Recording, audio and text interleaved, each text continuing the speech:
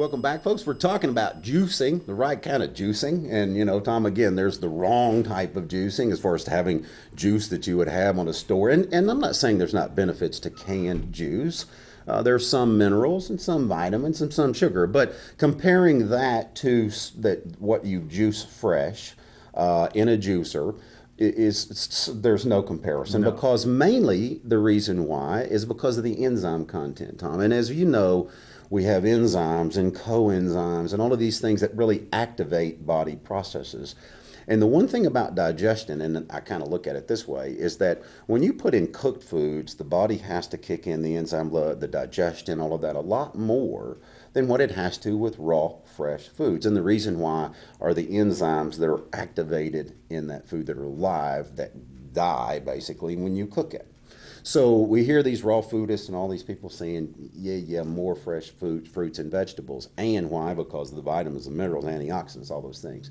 Talk to us a little bit about enzymes and as far as the effect on the body, as far as the digestion more than anything else. What do we see? That's we're going to do some other segments pretty soon about things like that have to do with your immune system. Yes. And if people are listening out there to this part, please listen close. Because a lot of people take the nutrition of this bifidus vulgaris, which I'm for that too. Yes. But this would be the best investment you could make, would be your raw fruits and vegetables. And did I say everything raw fruits and vegetables? No. I told you my kind of quick and fast rule is approximately 50, 60, maybe 70%. But if that's what I have against the, let's call it chronic juicing, where that's all you're getting and that's all you're doing. Because you know as well as I do, a lot of these protein molecules, there's a wall around the cell structure of vegetables. Yes. And some of the fruits.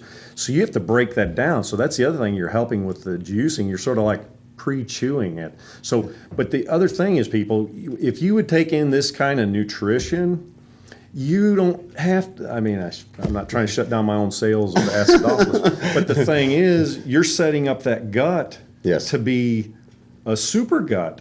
And when I was, years ago when I got out of college, your immune system was mostly your T cells and, your blood cells. Now we found out most of it's in your gut. In your intestinal tract. Yeah. Exactly right. Yeah, so that's a great point. Why not feed that with this type of nutrition? Yes. And you're not going to get it with the American diet. That's true. And it brings up a great point, because like you were talking about with fiber, one thing that we've realized now, and especially when it comes back to the immune system, and when we were talking, you were talking about lactobacillus bulgaricus and acidophilus and those things. A lot of big words here, folks. I'm sorry, but those are friendly bacteria.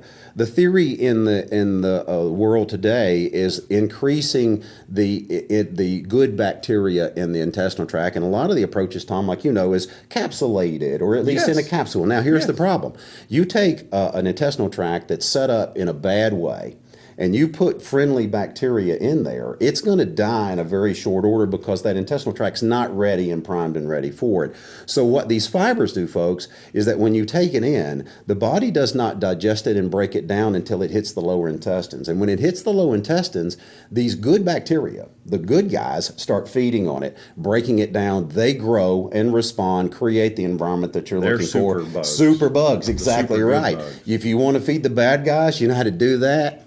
Ho-hos and ding-dongs. I will just go ahead and name names. If you want to feed the bad guys, eat a lot of simple sugars, and you're going to get yeasty. You're going to get your bacteria in your intestinal tract is going to get out of balance. And the first thing that happens, immune system breaks down. So yes, we know now that the immune system is much more than just T cells and white blood cells and things along that line. It's your skin. It is your intestinal tract. It goes on and on. So very good point about the fiber.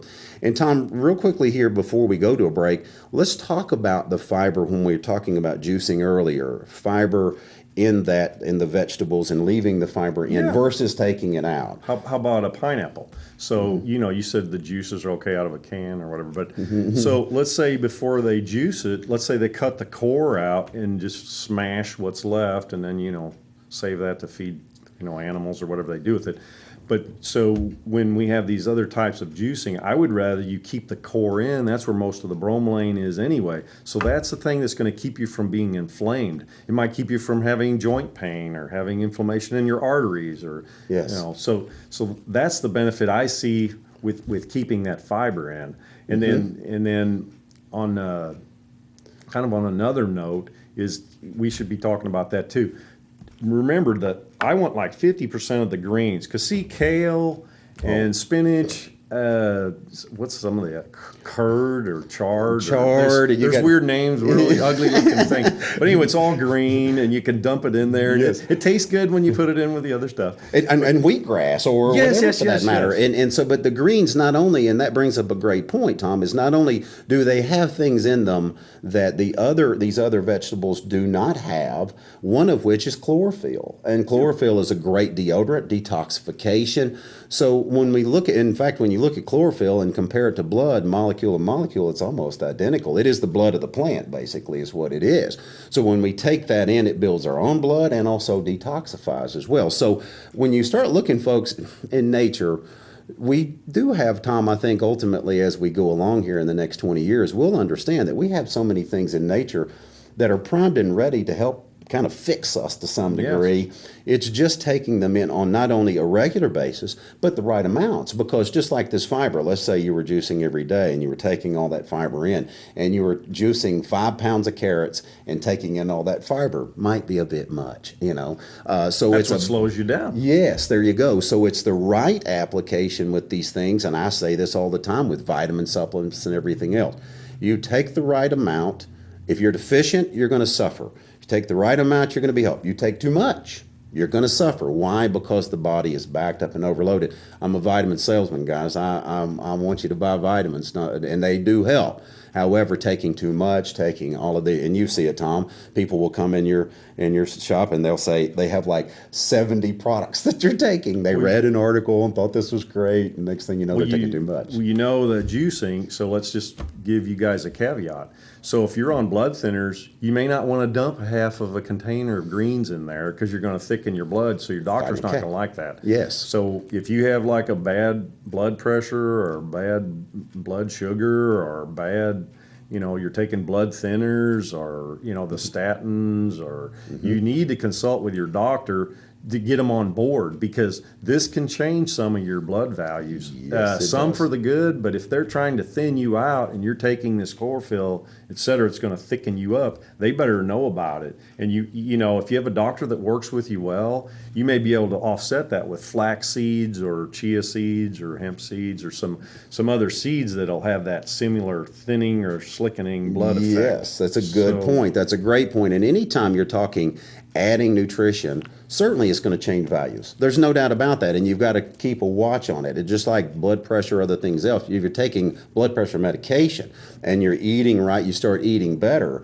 then yes, you better watch that, because it may bottom you out. So certainly, folks, you know, what we do here is just try to bring you, you know, again, basic nourishment, basic information. We're not trying to diagnose. We don't want to get into that. And anytime there's a question, certainly you need to go inside yourself, figure out what's happening, try to understand.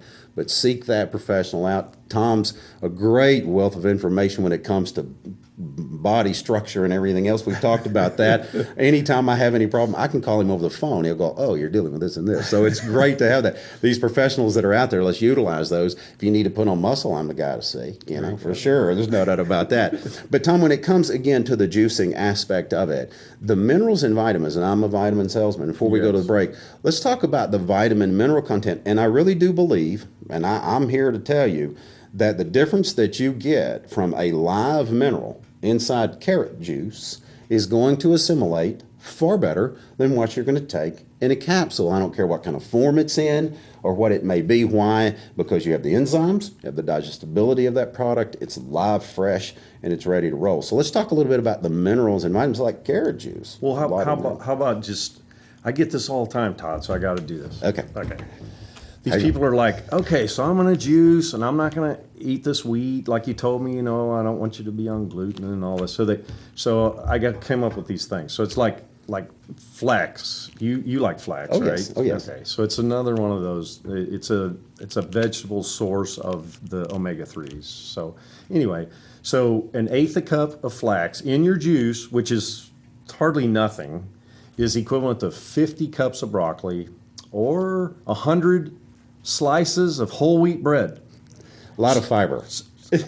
I'm just saying. I don't know how many calories would be in that. I Absolutely. can't. Let's see, 110 calories a slice or something. Yeah. So anyway, so are you with us, people, with the live versus we cooked it, we baked it, we processed it, and now you're going to try to eat that, as compared to here's a seed, you're going to grind it, you're going to expose the activity of things that are going to fight cancer. Yes. So I'm not saying this is your cancer treatment, but I'm saying broccoli's one of the biggest cancer fighters, right? Oh, yes. Well, what I just told you, an eighth of a cup It's an enormous amount of fiber, and again, the variety and variation's always good as well. But there are these superfoods that you should take in on a regular basis. There's no doubt about that, and juicing is a great way to do that. We're going to take a break, folks. We're going to come back and talk about mastication.